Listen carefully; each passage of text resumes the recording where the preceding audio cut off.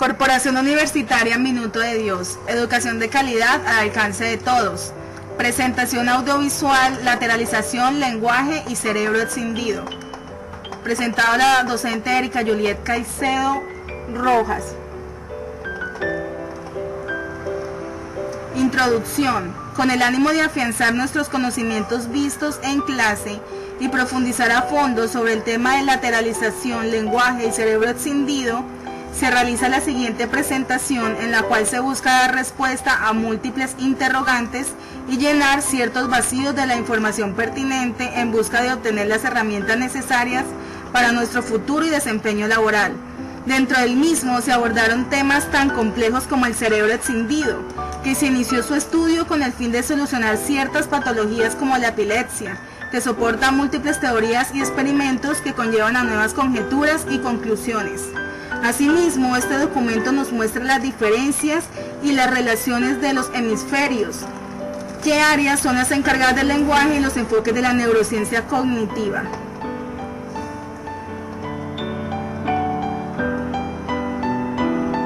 Lateralización de funciones. Nos muestra que los hemisferios derecho e izquierdo tienen un aspecto parecido.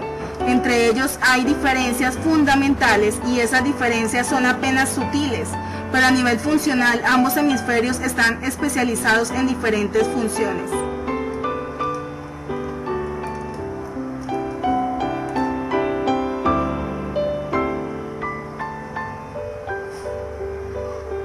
Lateralización cerebral de la función. En 1863, Marx Das, médico que presentó un informe de 40 pacientes con lesión cerebral, con problemas del habla, la lesión se restringía en el hemisferio derecho, afasia, apraxia y daño en el hemisferio izquierdo. Unos 25 años después del descubrimiento de Das, Paul Broca informó 2 pacientes con afasia que tenían una lesión en el hemisferio izquierdo que afectaba la zona de la corteza frontal. En los años 1980, Hugo Carr halló que la apraxia se relaciona con una lesión del hemisferio izquierdo. La influencia de las pruebas de que el hemisferio izquierdo desempeña un papel especial en el lenguaje y movimientos. Apraxia es un trastorno del cerebro y del sistema nervioso en el cual una persona es incapaz de llevar a cabo tareas o movimientos cuando se le solicita. Casi siempre se relaciona con una lesión del hemisferio izquierdo. En la zona verde vemos el lóbulo parietal superior, en la zona azul rey el lóbulo parietal inferior y en la zona azul clara el giro supramarginal y el giro angular. El área de Broca es la lesión del cerebro humano que involucra en la producción del habla, el procesamiento del lenguaje y la comprensión. Está ubicada en la tercera circunvolución frontal del hemisferio izquierdo, en las secciones opercular y triangular del hemisferio dominante para el lenguaje. Un hemisferio generalmente izquierdo asume el papel dominante en el proceso de comportamientos y de lo cognitivo, y el otro hemisferio realiza un papel secundario. Prueba del animal sódico se aplica a pacientes que se les va a practicar cirugía cerebral. Consiste en aplicar una pequeña cantidad en la arteria carótida. Esta anestesia unos minutos el hemisferio que es helado y permite evaluar la capacidad del otro hemisferio. Prueba de escucha dicótica puede administrarse en sujetos sanos. Se presentan 3 pares de dígitos a través de auriculares. Los dígitos de cada par se presentan simultáneamente, uno a cada oído. Kimura halló que la mayoría de las personas decían unos cuantos dígitos más de los que se le habían presentado al oído. Pruebas de lateralización cerebral. Dentro de estas encontramos la prueba del amital sódico, prueba de la escucha dicótica y la neuroimagen cerebro. Ahí podemos ver varias imágenes, dentro de ellas la prueba de escucha dicótica, donde se le pide al sujeto mirar el gráfico y decir el color más no la palabra. Podemos aplicar esta prueba a diferentes pacientes y tenemos que decir es el color de la palabra. El cuerpo calloso. Su función es transferir información de un hemisferio a otra como esurotomía. Se le llama al procedimiento que secciona el cuerpo calloso. Este cuerpo calloso une los 2 hemisferios, tanto el derecho como el izquierdo. y su función obviamente es transferir la información de un hemisferio al otro. La neuroimagen. Se detecta la actividad, dentro de la neuroimagen se detecta la actividad del cerebro mediante tomografías o resonancia magnética. Estudios demostraron que aproximadamente al 60% de los diestros con lesiones en el hemisferio izquierdo y al 2% de quienes tenían lesiones en el hemisferio derecho se les diagnosticó afasia. Los resultados indican que el hemisferio izquierdo es dominante en lo referente a las capacidades lingüísticas en prácticamente todos los diestros y en la mayoría de los zurdos. Ahí podemos mirar una imagen sobre diferentes formas de pensar. Teoría sobre asimetría cerebral. La teoría analítico-sintética sostiene que existen dos modos básicos de pensar, el analítico y el sintético, los cuales han llegado a separarse. Suponen un lado izquierdo más lógico, analítico, mientras un derecho básicamente como sintetizador relacionado con el estímulo. La teoría motora es aquella que dice que el hemisferio izquierdo está especializado en el control de movimientos de precisión, donde el lenguaje es solamente una categoría. La teoría lingüística postula que la función principal del hemisferio izquierdo es el lenguaje. La localización del lenguaje se refiere a la localización de los hemisferios de los circuitos que intervienen en las actividades lingüísticas. Básicamente son tres teorías: la analítica sintética, la motora y la lingüística.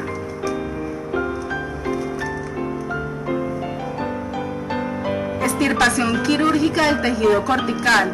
En operaciones donde se extrae o destruye en área de Broca no tienen efecto duradero sobre el habla, se presentan problemas, pero es a causa de un edema postoperatorio en el tejido adyacente, recuperando las capacidades lingüísticas intactas. En el estudio de Wernicke hay complicación a la hora de la extracción. Aún así, se estima que en los casos donde se retira más área no se producen alteraciones permanentes.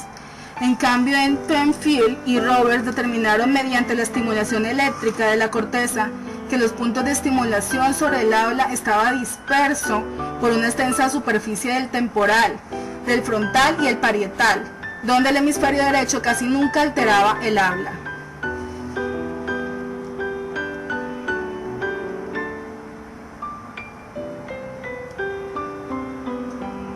El cerebro escindido. El estudio de pacientes con cerebro escindido o partido ha aportado grandes avances al reconocimiento del funcionamiento cerebral. Parece ser que este tipo de pacientes cuentan con dos cerebros independientes, cada uno de ellos con su propia conciencia, capacidades, recuerdos y emociones. Una persona con cerebro escindido puede aprender dos cosas a la vez.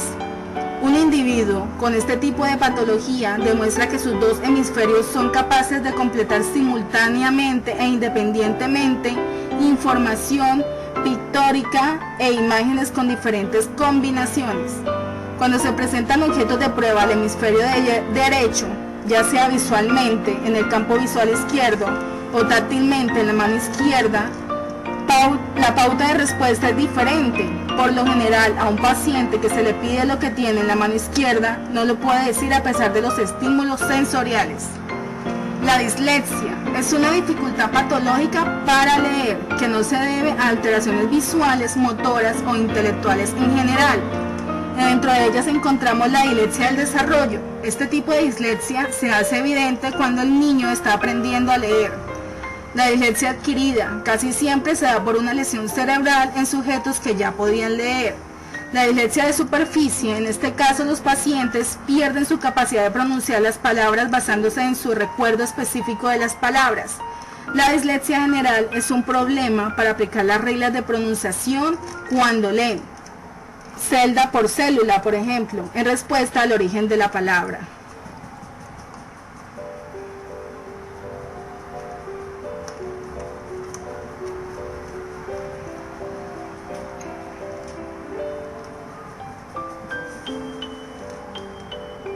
Conclusiones.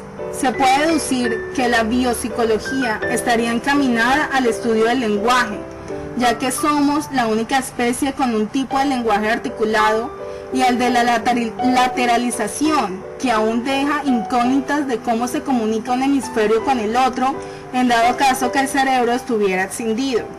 Los estudios en el área de Wernicke han como resultado ser muy acertados en los problemas del lenguaje de pacientes con patologías adquiridas e innatas, dado que permite reconocer si un paciente tiene un daño neuronal, fisiológico o psicológico.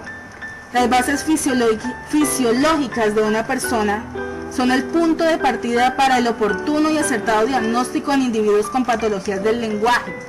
El cerebro excindido permitió reconocer diferentes problemas que se pudieran dar a raíz de esta intervención. Este experimento, aunque se cuestionó grandemente, se pudo concluir que no fue malo, al contrario, sus aportes demostraron diferentes teorías.